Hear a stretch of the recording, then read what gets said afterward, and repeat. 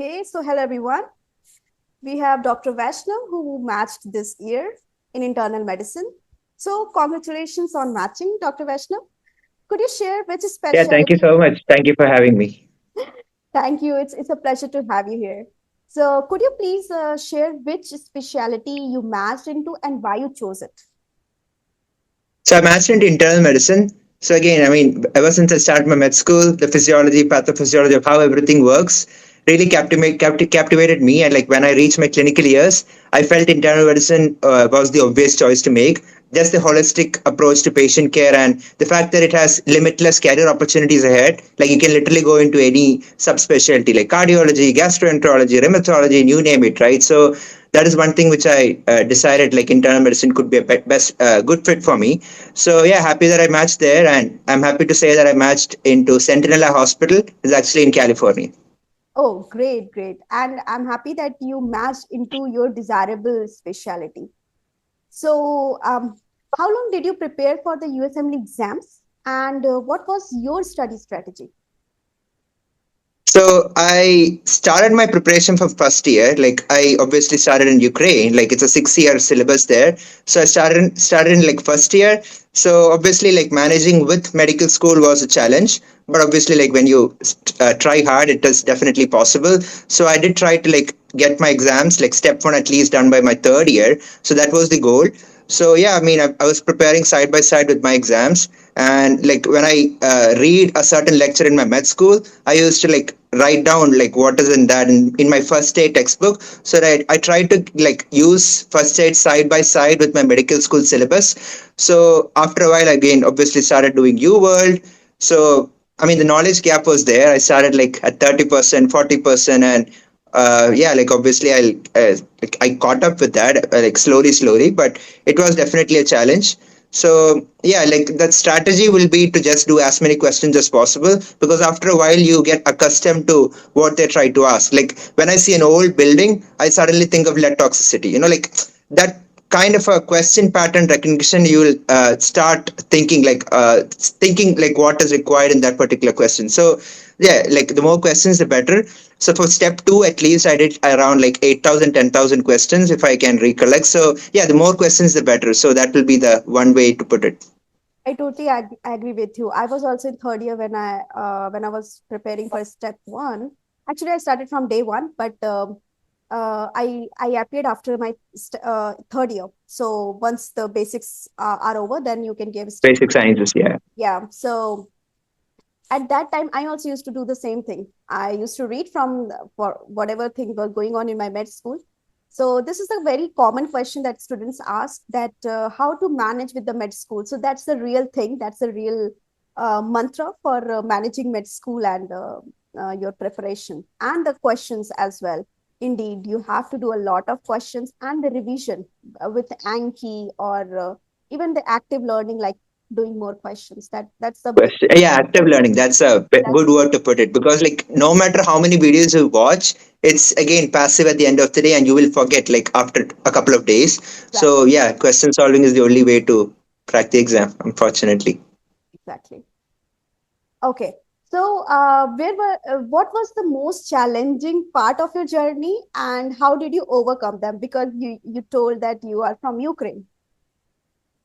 So obviously everyone can imagine that. Uh, when I started my fourth year, I like just the beginning of my fourth year, I took my step one exam. Although my plan was to finish it my third year itself, but because we had the Croc one exam, it's actually the licensing exam part one in Ukraine. So we obviously had to prioritize that. Otherwise, I would be demoted. Maybe if in case I fail it. So obviously, third year like went for the Croc preparation and everything. So I took my step one in my fourth year. So I got my results on the 22nd of February, and the war erupted like on the 23rd.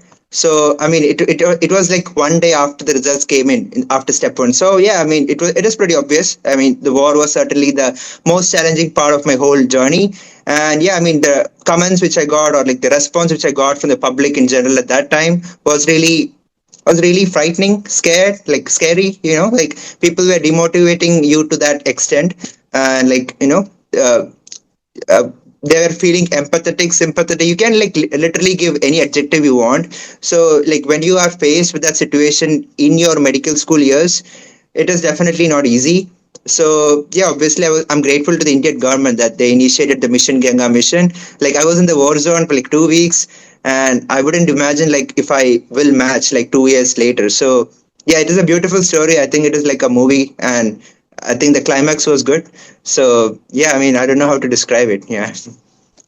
But it's so brave of you because it's not easy to deal with that where uh, you are stuck in between and you don't know anything. Everything is in the dark about the future, and you have to manage everything. So at the moment you are very happy for your step results, and the second moment everything Yeah, is especially like the parents, right? Like the media will only show the explosions and like the highlight images which they're getting like through their sources. So when the people back home watch that, it is definitely scary. And even then, like we were in the bunkers and we could still hear the gunshots. When we go to the 15th floor of our apartment, we could see explosions like in our vicinity. So it was definitely a scary moment. Like even then, our water supply was also running low. So like luckily it was winter, so we could melt snow to drink water. So yeah, it is actually an experience which I'll never forget. And yeah, I mean I'm back home alive, and the scary part like began after that. Like when I reached home, what next? So yeah, I mean yeah, lucky to be on the good side, but it is literally like I walked on a thin ice. So yeah, it could have gone the other way as well, but I was lucky, I guess. and the main thing that you didn't stop fighting. You were into that journey and you did it. So once again, Dr. Vaishnav, congratulations for your match. Yeah, You thank you so really much. I deserve it. appreciate that. Okay, Thank so you. what role did the US clinical experience play in your application? Because that's a very important thing, and students struggle there. And do you think observerships or hands-on rotations made a difference?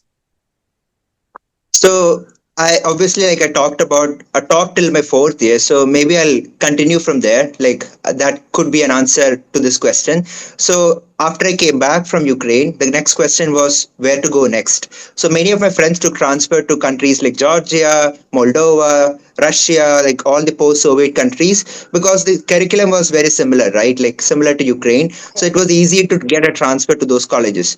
So lucky or not, like I took my step one that time, and because of the step one, it is actually the universal indicator of your preclinical knowledge, right? So using that, I could take transfer to almost a lot of places actually. So I thought, okay, I know that USC is something which I have to do. So if the war obviously hadn't happened, I would have had to do this USC as a graduate, like after I graduate from Ukraine. That was actually the initial plan because you don't get time in between, right? Although you have like a 2 month vacation in between, it is not a lot of time. So yeah, that was the initial plan. So obviously when the war happened, and because I had to still continue my education, I took transfer to a Caribbean school because I could benefit of the USC potential it had. So I took transfer to Washington University of Health and Science, actually a college in a small country called Belize. I haven't even heard of that country before. I'm sure like many of you haven't heard as well, but yeah, it is actually a country in South America. So I didn't actually go there physically, but obviously for rotations I could go in because they accepted my preclinical credits from Ukraine, so I could start my rotations in the US. And because I was a student, I could get hands-on rotations as well. So I guess that played a good part in my application. But even after I graduated, I could get observerships and everything. So I would say I won't say that electives are like definitely better than observerships. It depends on how you use that opportunity. Like observerships also, if it is actually in a residency hospital, for example, you will have the opportunity to interact with residents on a daily basis. You will have the opportunity to interact with chief residents. You'll have the opportunity to take part in didactic sessions with the residents. You'll have the opportunity to interact with faculties, PDs. So it does make a difference. Like even though it's an observership, it depends on how you utilize it. So if you get an opportunity to present a case, maybe you can use that as well. So I won't say only if you get an elective you can match. That is a misconception, I'll say. So yeah, like electives obviously help more hands-on, but yeah, observership is like it's not that inferior as well. Like it depends on you primarily. Exactly. It really matters what you are doing in that opportunity, because I remember when we I was in Chicago, we got opportunity for two very rare case, and one of the case got selected in Mayo Clinic, Florida. So Wow. that was one of the thing, and of course, any professor would write that in my LOR. So it really impacts what you do. And Exactly. once we got selected, that the doctor was not very much into the research work actually, and when he saw that we are really doing into research, he gave that another rare case. That was the thing. So you can Uh, use that opportunity, right? So I totally agree with you that it's all up to us, the individual work that we do, if it is clean, hands-on, or if it is observership. Yeah, especially as medical students, when you go for rotations, obviously these doctors and the senior residents will not have time for these research works. No, so if you can help them with all these, you will get a good LOR eventually. So everything is like interconnected. So like it's about how you utilize the opportunity in hand. Yes, I totally agree. So, what is the most impactful factor in your match process? If it is a scores, networking, or maybe clinical Um, experience, or something else? So a lot of things actually. Like I studied hard for my step two exam. I got a score like in excess of 260, so that could have helped as well. And my year of graduation was 2024. That was primarily because I planned the whole thing like well in advance. Even like when the war happened, I thought ahead like how to do my USC without losing an year. So like I obviously took transfer to Caribbean school. Like obviously, if you start searching, if you start thinking right, you will find answers on your own. So yeah, planning year of graduation scores obviously helped. Hands-on electives. I had like 1 year of USC in total, so I do understand the American healthcare system pretty much. I work with different EMR systems, so all these factors combined, and I think my personal statement was also unique when compared to other applicants because of the war and everything. So yeah, I did like land up with 11 interviews. So I think it was decent enough for a visa requiring IMG. So yeah, I'm happy. Yes, it's amazing. Like 11 interviews, amazing. So, as you told about the personal statement, I would like to ask you that what what was your approach for preparing for the interviews, and also if you can give some tips for personal statement. So person statement is like you have to make that person who reads it remember you. It's not it should not be a cliche person statement. That's my advice. So whatever uniqueness you can bring in that small what 3 paragraphs or 4 paragraphs, you should definitely do that. So you should not. I'll recommend you should not like start with oh my grandmother had this illness and like I got into medicine because of that. Like I've like I even me as a 2024 graduate have seen similar stories like a lot of times. So imagine the program director who has been in that position for years, how many letters similar to that he must have seen, right? So I don't recommend that. So I began with my hobby. Like if I'm just speaking with my personal statement, I began with my hobby. So I really play chess. So I don't know if you can see my chess clock behind. So Yes, I the can see angle that. was not exactly like what you see now. I kept it in a good way during my interviews, obviously. But yeah, like chess, I started with chess. So that was something unique, like my hobbies. Many people start with their artwork. Many people, like, I've seen good person statements that way as well. So it depends on you, like, how you write your person statement in a very unique way. And yeah, I guess that, like, that uniqueness has to be there. That is the only thing. And I don't know how you will do it. And like once you make that initial draft, maybe you can ask people to give suggestions and you will remodify it again, and you will need at least like 5 to 6 corrections after your initial draft. And yeah, the sooner you make it, even though everything is in your head, like one unless it is in the paper, you will not know like what is missing and what should be included. So yeah, that is with the person statement. And I forgot the next question. What was that? My next question was that any future tips that you can give to the applicants. Tips again. My number one will be like if you can get a rotation in a hospital which has residency, definitely take it. Like I don't know how you will get it. Obviously, it's hard to get it, but like the connections you can make, like you are talking with residents on a daily basis, talking with faculties, chief residents. So like as I told before, so it is definitely going to make a lot of difference. So definitely recommend that, and obviously like the research profile, like every math season is getting competitive year by year, I and agree. like if I went unmatched, I would have probably worked on that a little more for the next cycle. So it's not only about doing research. It's about like if you know a certain skill, you can collaborate with a lot of people. You can present in a lot of conferences. So the number of doors which you can open that way as well, it is like a lot of opportunities will emerge like once you are into that research field as well. So yeah, again, research will be one thing. Hands-on electives or like at least rotations in hospital which have residency, another thing, and obviously plan the journey ahead like well in advance and know exactly what to do at what period of time, you know. So yeah, planning number one and the other things to follow. Okay. So, talking about the research work that you have told, so what will be your guidance to the upcoming students, and how was your research experience? And did professors, like interviewers, asked you about the research work? So as an FMG myself, I found it really hard to understand what is a research project. Like I didn't have a research culture in my hospital or like my university as such. So even the doctors in Ukraine, I mean, only the cream layer of people are into that research or the academy as such. So like majority of the people, even if you ask, they won't be knowing what exactly to do. So as an FMG myself, I'm sure like even in a lot of Indian colleges, the research culture is missing. So it is definitely hard to understand what to do as a medical student. So I didn't know what to do exactly, like to be if I'm just being honest with you. So first thing will be to find a research mentor. So like you need that initial support for sure. Like once you maybe do a couple of projects, so like couple of papers on your own, then maybe you can start thinking on your own, like maybe you can start collaborating yourself. You can take it to the next level, but initially definitely you'll need that help. So yeah, I mean your channel is pretty good, like very good actually. So it's an upcoming channel, like it is getting a lot of traction, so I'll definitely recommend that. Yeah, apart from that, obviously ask your seniors, ask your, like not every college would be similar to mine, so obviously ask your doctors as well, so maybe they can help.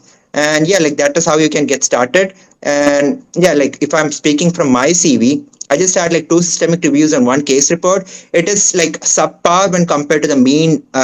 If you take the NRP stats, it is subpar. And if I went unmasked, that would be one thing which I would have worked on for the next year.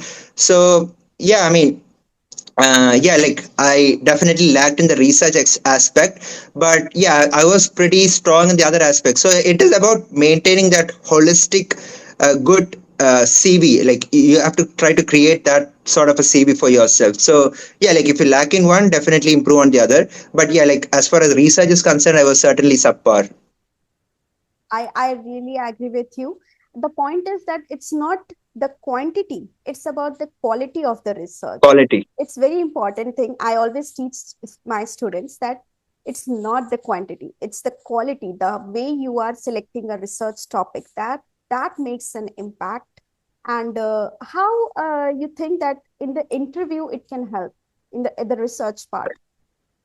The interview, I mean, if you publish, let's say, something with Crohn's disease, and like if the interviewer, I'm not sure, like if suppose an interviewer, you'll obviously get the itinerary, right? Like before the interview, so you can research about that professor, and most probably he would have had his own share of publications as well, because he otherwise he would not be in the academic setup, right? So when you search up his profile, you can find something like some link somewhere which matches with the CV or the research work you put on. Like if you have 5 6 publications, it need not be directly related to him, but like you can speak about the work, or you can speak about how he did it, or like you know, like you can speak something about how he did it, or like the topic he did it. So definitely you can try to get that initiated. So that definitely helps. And yeah, like the more the interview is like conversational, the more chances you are like to rank to be ranked higher. So yeah. Yes, I totally agree. Students should check who is going to take their interview and what is the background. Additionally, if you are working on some unique topic or the recent clinical trial that can be, used in the clinical practice, it shows up that you are a curious Yeah, doctor absolutely. and you are going to get. Staying up to date with the whole medical literature. Yes, yes. And you will treat the patient with with the recent advancements. So that is the another point I always ask students to go for the clinical And review. it's not only about CV building, it's actually a skill you acquire over the Exactly. years. It's like even to progress to the next stage, like let's say fellowship or even to be in the academic setup in any hospital for that matter. So, like research, it's not something like you learn one day and then, okay, I'm perfect in this and I'm ready to go the next day. So, it's actually a skill you acquire over the years. And yeah, like the sooner you started, obviously, the better it gets over like a period of time. So, yeah, that is definitely a priority you should aim at, especially if you are early in your journey. I totally agree. So, as you have seen the change in this math cycle, the pattern has broken, and you would have noticed that there are more research work, and not only the research work, but the expected was uh, like the expected thing was not there, but the unexpected thing was there in the match this year. So, what okay, I can ask you just can you give three important tips for the upcoming international graduates that they can use for this next cycle? Just general tips. Okay, especially for the match. If they want to get matched, what are the three tips that you can get? Yeah, like I said before, a strong research CV will obviously help. And if you can land up a rotation in a hospital which has a residency, that will definitely help you because, yeah, obviously the reasons I mentioned before. And even if not, like try to get externship opportunities or try to have something you can speak up. Like if you're just going to a normal clinic and if you're not doing as much, some clinics are even Monday, Wednesday, Friday type of a clinic. So if you don't have that much of a clinical exposure to speak something about, then that experience or like the time you invest in is not maybe not worth it, right? So whatever the time you put in has to benefit you some way or the other. So yeah, like rotations and research will be one thing, and obviously like when you take your step exams, be sure to like be well prepared before that because once you get a score, it will be in your CV for like the next 7 years. It's not like the NEET exams where you can take every year, right? Like even if you get a low score this year, you have that opportunity to take it next year and improve yourself. So yeah, like take it only when you feel like you're well prepared. And again, like plan the whole thing ahead, like well in advance. Sometimes your graduation can be in October and that could delay the ECFM certification. So like plan everything in a way that everything, I mean, ECM, you can apply without ECM certification as well, but the chances you get an interview will be less, right? Like we need visa. So yeah, like planning is like the key factor here. I planned my 6 years almost pretty well. So I think that was the key behind my success. But yeah, like planning is certainly the key. Yes, planning Obviously, and everyone knows that timeline. USC is needed, research is needed, year of graduation can be used as a filter, scores can be used as a filter, but it's about executing it, right? Like you have to do certain things at a certain timeline. And if I hadn't planned it in a way, I wouldn't have like been able to apply for the math straight out of med school. My year of graduation was 2024, and I applied to the same year, like in September. So yeah, planning, planning, planning. Yes, I totally agree with you, Dr. Vaishnav. And thank you so much for this questionnaire. And it would really help students.